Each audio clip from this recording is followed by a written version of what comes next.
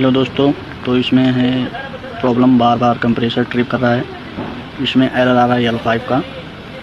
तो वोल्टेज तो सही है, फिर हम इसका पीसीबी चेक करेंगे, उसके बाद देखेंगे क्या फॉल्ट है। हाँ तो भाई, इसमें हम लोग दूसरा पीसीबी लगा के चेक कर लिए, कंप्रेसर ख़राब है।